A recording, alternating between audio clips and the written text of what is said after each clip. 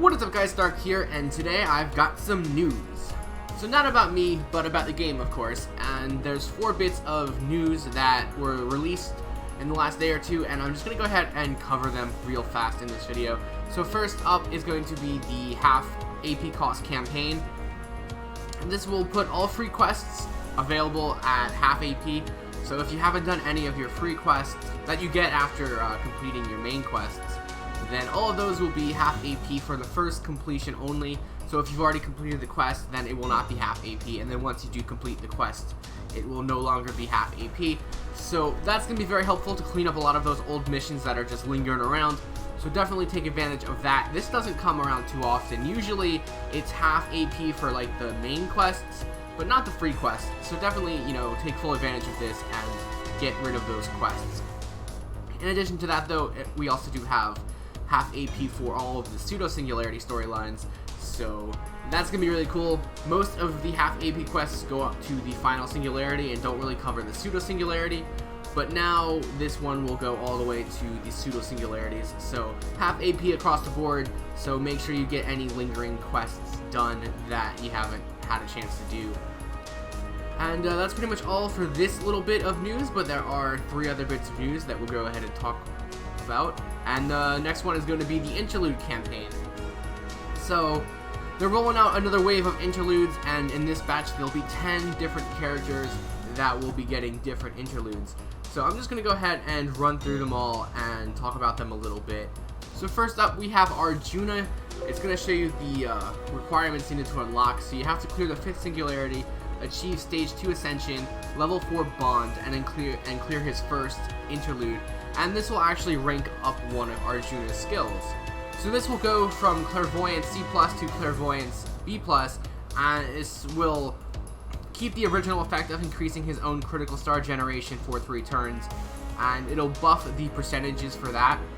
And this will also grant him debuff immunity for 5 turns.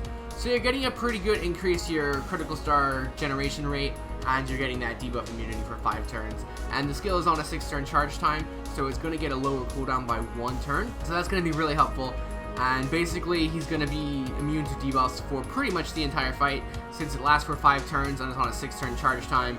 As long as you don't get hit with debuffs in that 1 turn, you have to wait, you should be okay. Next up is going to be Astolfo, and in order to unlock their interlude, you're going to have to clear the first singularity, achieve stage 3 ascension, and level 3 bond, and this will rank up one of Astolfo's skills as well. And this one is going to deal with his 3rd skill with the evaporation of reason D, and this will upgrade it to D+, and all of his stats are the same, so you still have that 65% chance to increase your critical star generation rate, your critical damage, and gain stars. That's all going to stay the same. All the percentages there stay the same. But what it's going to do is it's also going to add an additional effect, being able to increase their own Noble Phantasm gauge. And this is a pretty sizable increase as well. So you're going to get a 50% increase to your gauge just by using this skill. So that's going to help, get your Noble Phantasm filled. Other than that though, nothing else changes. The cooldown still is at 8, and all the percentages are still the same. Next up we have Billy the Kid. You're going to need to clear the 5th singularity, achieve stage 3 ascension, and level 4 bond. And for this you'll get some nice tidbits of story and 1 Saint Court for your trouble. Next up we have Chloe von Einsburn, and you're going to have to clear the 5th singularity, achieve stage 3 ascension, and level 4 bond. And once you do this, you'll be able to do the quest to upgrade one of her skills. So this is pretty interesting because Chloe is an event character, and mainly Chloe is an event character that has not come back in the game at all for either version as far as I'm aware since it originally came out in the game. So it's kind of weird that she does get a upgrade, considering most people can't get her if they haven't been playing the game since the beginning. I guess it is what it is. She does get an upgrade to her skills, although the upgrade itself isn't really that impressive in my opinion. So it's going to upgrade her Kissing Freak skill. This will go from Kissing Freak B to B++, and the stats will stay the same, so she'll still increase her own gauge, and she'll still increase her star generation rate for 3 turns at the same, increase of 100%. The cooldown stays the same. It just adds an additional effect. So you're going to be able to increase the buff success rate of Ilya von Einsburn allies by 30% for 3 turns. So that sounds cool. It's kind of like Ozzy's skill, except it only works for Ilya friends, or mainly Ilya herself. So there's only one character by that name in the game right now for the global version. So, you know, you really can't do too much with this. But if you do pair them together, I guess you can have a magical girl team and, you know, do some cool stuff, I guess. I don't know. It's kind of weird that this is all it does, but it's there, and it'll be helpful if you're using her with Ilya, if you even have her. And there will be another Ilya coming out at some point in the future, which also benefits from this skill. So 2 characters make use of it, and maybe we'll get more in the future, and then it can see some more play. Either way, though, Chloe is still one of the best event characters in the game, so even without this upgrade, she's still a fantastic servant. Next up, we have Kuko and Alter, who will need to have the 5th Singularity cleared, achieve Stage 2 Ascension, and Level 2 Bond, and you will just get a Saint Court for completing this. Same thing with David. You know, you need to clear the final Singularity, Stage 2 Ascension, Level 2 Bond for 1 Saint Court. Next up is Geronimo. You will need to clear the 5th Singularity, achieve Stage 2 Ascension, Level 2 Bond, and this will strengthen his Noble Phantasm. So for his Noble Phantasm, he's basically only going to get a damage increase. It's about 200% increase in damage, so it'll be a pretty hefty increase to your overall damage output. But other than that, there's really nothing special here. He doesn't get any additional effects or anything like that. All of his stats and increases stay the same. The only thing that changes is going to be his damage output. Next up, we have Ilya, and you're going to have to clear the 7th Singularity as well as achieve Stage 3 Ascension and Level 4 Bond, and this will upgrade her Noble Phantasm. So this one gets quite a few changes here. Everything that was originally on it stays the same, so you're going to be able to deal damage to an enemy, and you're also going to decrease your own attack and defense by 10% for 3 turns. That all stays the same, the percentages and all that stays the same, as well as increasing the Buster Card effectiveness. That effect is going to stay there as well, but it will actually be buffed up for the upgrade, so you'll get more Buster Card increase from the upgraded Noble Phantasm, but you're also going to get 2 additional effects as well as dealing more damage.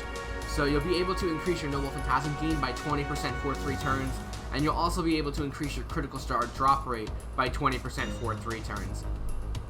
So this is pretty cool in my opinion. You're not going to be able to deal as much damage, but you're also going to be able to set up more for your next Noble Phantasm at the same time. So I really do like the changes. There's a lot of changes to this Noble Phantasm, but I do like them, and I definitely think it'll be a much better Noble Phantasm overall.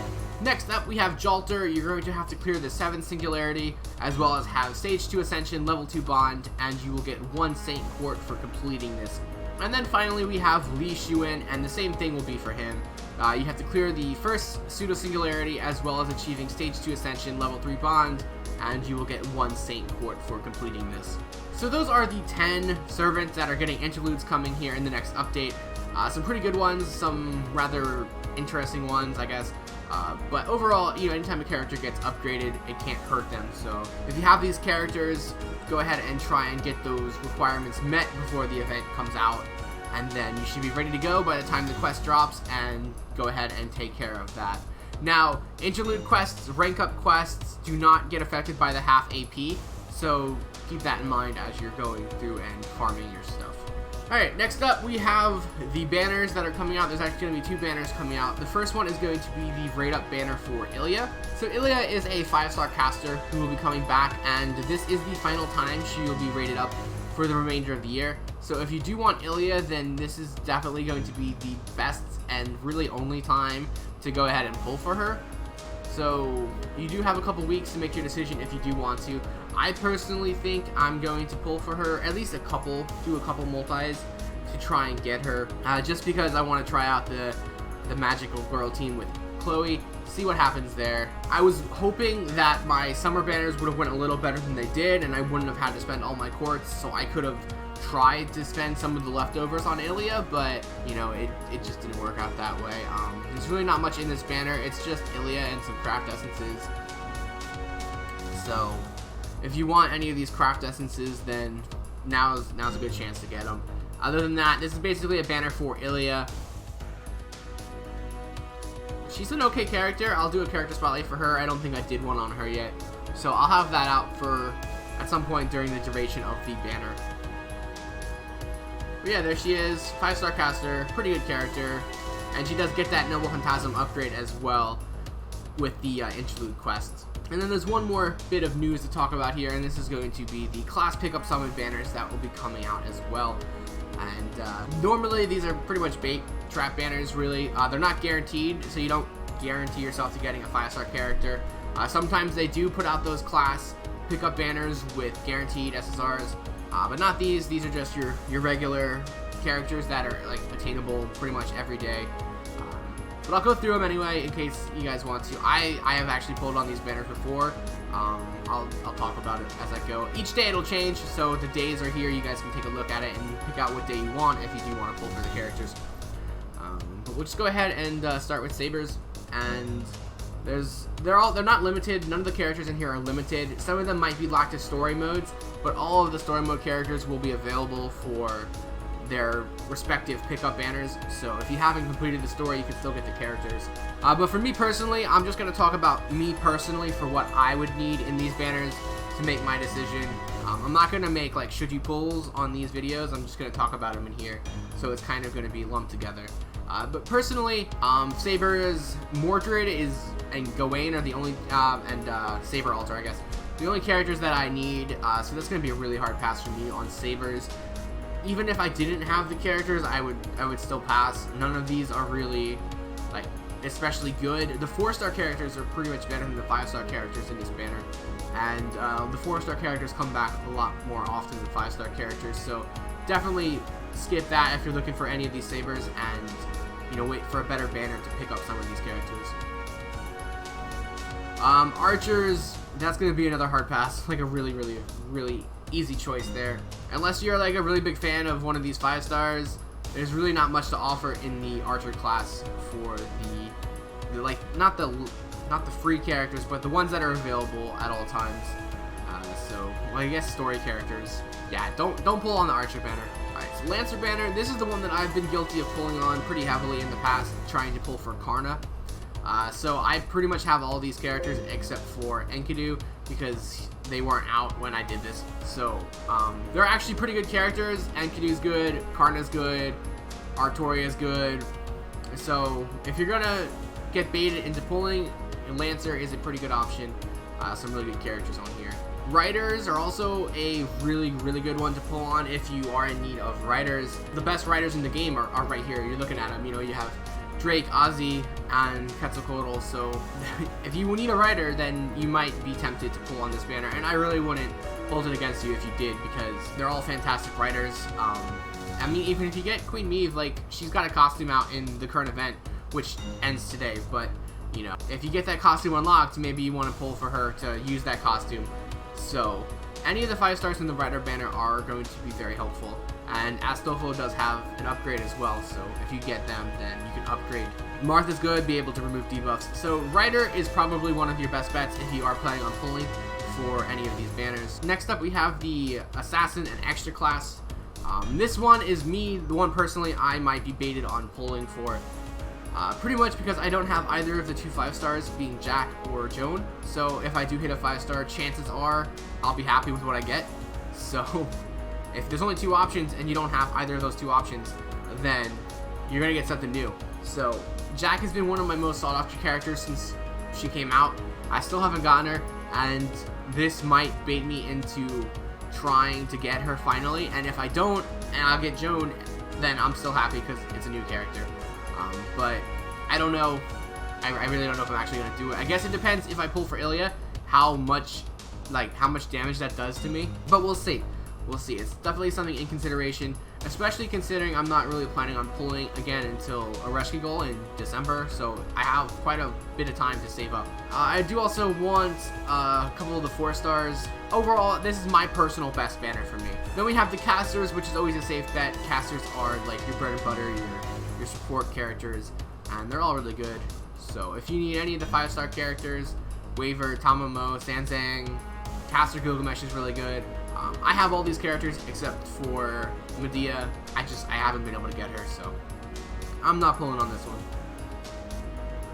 Berserker one's good as well. Your damage dealers, got some good ones in there. You have Q-Alter, who is fantastic, probably one of the best Berserkers in the game. Nightingale is pretty good as well. But me personally, I have all the characters in this banner except Eldorado, so I'm not going to waste my time pulling. So those are your options for banners. I personally think if you are free to play, you shouldn't pull on any of these banners. But if you do have some extra quartz laying around and there's a character in here that you like, that you're really trying to get, then I think it would be safe to throw a couple quartz in, do a couple multis, and just see what happens. But that's it, guys. That is the news. As of recording, there's 8 hours left for the event, so by the time this hits YouTube, there'll be obviously a little bit less than that. So if you are watching this the day it's posted, then make sure you get that final bit of grinding in to farm out the shops and get everything you need out of there, and make sure you also do complete all the quests to get Ishtar and get all of her items and send her so she is a permanent member of your crew and you don't have to wait till next year in order to finish her ascension. But that's it, guys. Thanks for watching. If you did like the video, feel free to like, comment, and subscribe. And as always, I have the links below to my Twitter, Twitch, Patreon, and Discord. So feel free to check those out, and I will see you guys next time.